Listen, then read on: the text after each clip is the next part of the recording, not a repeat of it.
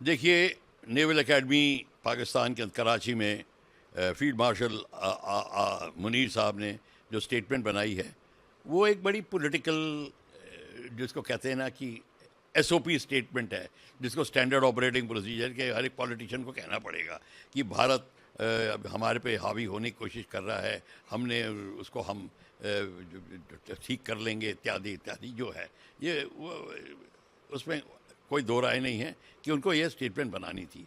पर जो जो फिलहाल वारदातें हुई हैं, जिस स्थिति में आसिफ मुनीर साहब फील्ड मार्शल बने हैं, जो पाकिस्तान की जो पिटाई हुई है, भारत ने जिसकी हालत की है, वो वाकई में ही एक ऐसी दशा से पाकिस्तान गुजरा है कि अपना फेस सेविंग के लिए उनको उसको फील्ड मार्शल भी बनाया। अब वो अपना स्टेटमेंट दे के प्रूव करना चाहता है कि हम हैं जिसने स्थिति सुधारी है, पाकिस्तान ने टेंशन को कम किया है, लड़ाई को अवॉइड किया है, हम रीजनल स्टेबलाइज़र हैं, इस रीजन की स्टेबिलिटी पाकिस्तान के कारण है, हिंदुस्तान के कारण नहीं, हिंदुस्तान तो उसको बिगाड़ने में लगा हुआ है, इत्यादि इत्यादि। इसी संदर्भ में उससे बातें करी। पर बात यहाँ तक ये नहीं है कि उसे कह दिया और पॉलिटिकल स्टेटमेंट हो गई, नहीं। इसके पीछे बात क्या है? बात यह है, पाकिस्तान को अब इस सब होने के बावजूद जिस तरीके से हम सब देख रहे थे, टेररिज्म हो रहा था, पहलगाम में जो हरकत हुई 22 लोगों को क्योंकि उन्होंने इस तरीके से पे हमला किया, विधवाएं बनाई, ये पाकिस्तान को अब इतनी हिम्मत इसलिए आई है, उनको पूरा सपोर्ट मिल रहा है, अमेरिका का सपोर्ट है टोटल। अमेरिका उनको टेररिस्ट ही नहीं कहना, पहले तो टेररिस्ट भी बोलता था, अब वो भी नहीं कहना चाहता। ट्रंप उसको अपना पाकिस्तान को वेरी क्लोज फ्रेंड, डार्लिंग जैसा बोल रहा है उसको। बांग्लादेश, चाइना का पूरा सपोर्ट है, सारे वेपन्स चाइना से आ रहे हैं।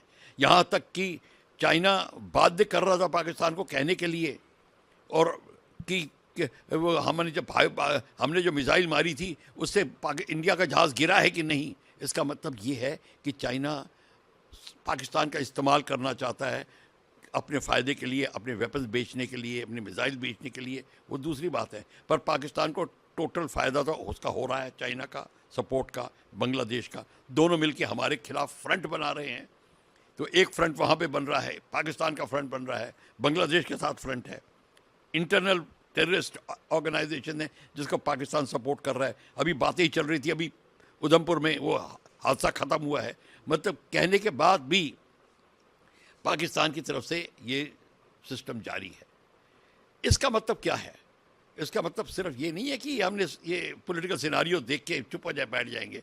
इसके पीछे मतलब ये है कि अब पाकिस्तान जो है आगे की सोच रहा है कि सिर्फ स्टेटमेंट ही नहीं बनानी, उसको अपना काम जारी रखना है। चाइना उसको बाध्य करेगा, अमेरिका उसको बाध्य कर रहा है। इस समय भारत की स्थिति में को हमको इन सब ऑपोजिशन का सामना करना पड़ेगा। ये भारत की स्थिति है और पाकिस्तान को फ़ायदा हो रहा है। हमारी जो मिलिट्री प्रिपरेशन है वो कायम रहनी चाहिए।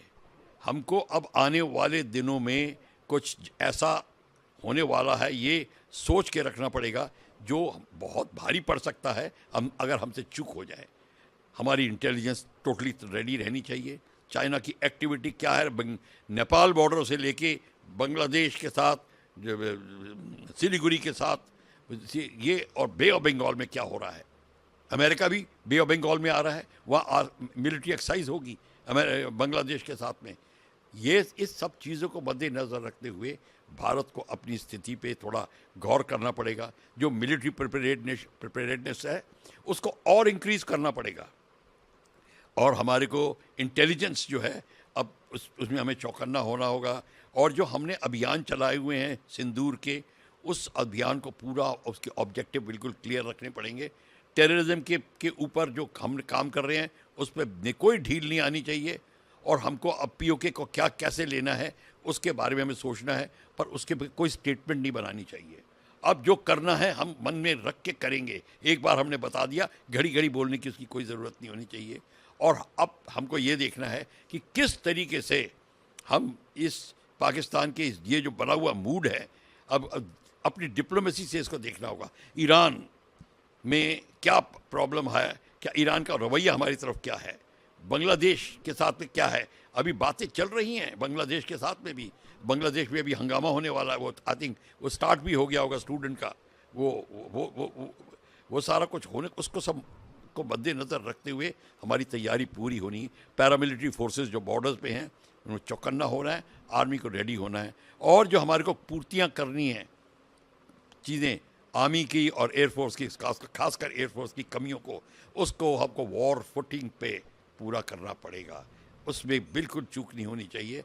आगे के आने वाले 4-5 महीनों में उसको हमको मैक्सिमम उसकी पूर्ति करनी पड़ेगी। ये सिचुएशन बताती है हमको कि ये क्या है।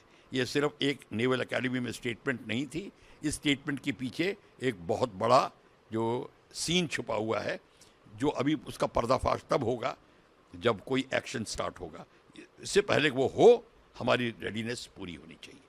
जिस तरीके से एससीओ में साइन होना था, क्योंकि आपने अभी चीन का जिक्र कर रहे हैं, चीन पाकिस्तान को सपोर्ट कर रहा है, वहाँ पे भी देखने में आया कि जो एक जॉइंट स्टेटमेंट पे साइन होने थे, उसके अंदर हमारे पहलगाम की घटना का जिक्र नहीं था, बल्कि पाकिस्तान में जो घटनाएं हुई थी उसका जिक्र उसके अंदर जरूर था, जिसका विरोध करते हुए भारत ने उस पर साइन नहीं किया। देखिए एग्जैक्टली बड़ी चीज़ें पैदा होती हैं इसमें। ईरान का भी होगा हाथ, कि ईरान स्टेटमेंट बनी होगी, ईरान का भी इनपुट आया होगा। क्या ईरान क्या चाहेगा? फिर ईरान कहेगा मेरे साथ भारत कितना खड़ा रहा, मेरे को कितना सपोर्ट किया। ये सब बातें आएंगी बीच में। देखिए, पर इससे हमें विचलित नहीं होना, पर हमारी लड़ाई की तैयारी पूरी होनी चाहिए। और हमारे को देखिए, एक मैं आपको बता दूं बात, strength of the foreign policy is directly proportional to your military strength. जिस दिन आपकी मिलिट्री स्ट्रेंथ तगड़ी है, आपकी foreign policy total long distance तक जाएगी। जिस दिन आपकी मिलिट्री स्ट्रेंथ कमज़ोर है, आपकी फॉरेन पॉलिसी कमज़ोर हो जाएगी। मतलब आपकी फॉरेन मिनिस्ट्री के को लोग आराम से मतलब अनदेखा अनसुना कर देंगे, ये मतलब है मेरा। तो हमारी military preparedness at the moment पूरा का पूरा अटेंशन मांगती है।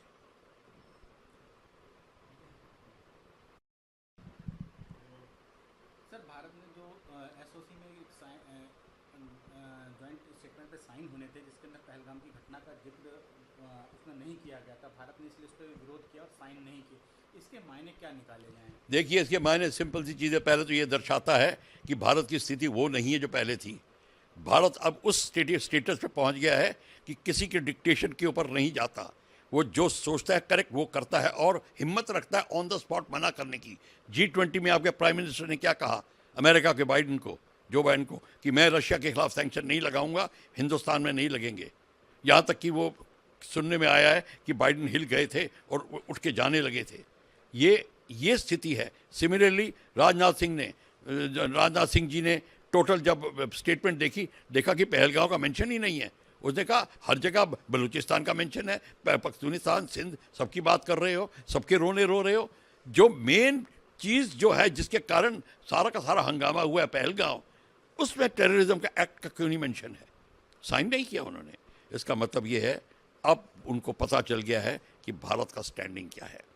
वो सोच के आए थे भारत साइन कर देगा, हंसी मजाक में वो बात नहीं हुई, वो अब रह गए हैं। इसका मतलब है सब अपना रवैया अब चेंज करेंगे, सब नया पैंतरा लगाएंगे। वो कौन सा पैंतरा लगाएंगे, ये हमारी जो दूरदर्शिता हमको बताएगी, और हमारी एक्सटर्नल अफेयर्स मिनिस्ट्री इसके लिए तैयार रहे। और एक्सटर्नल अफेयर्स मिनिस्ट्री की तैयारी और उसकी स्ट्रेंथ डायरेक्टली मिलिट्री पोजीशन पे पड़ती है। ये दोनों इंटरकनेक्टेड है। जैसे मैंने कहा, आपकी मिलिट्री प्रिपेयर्डनेस पूरी होनी चाहिए, क्योंकि आपकी फॉरेन पॉलिसी के ऊपर बहुत काम आने वाला है।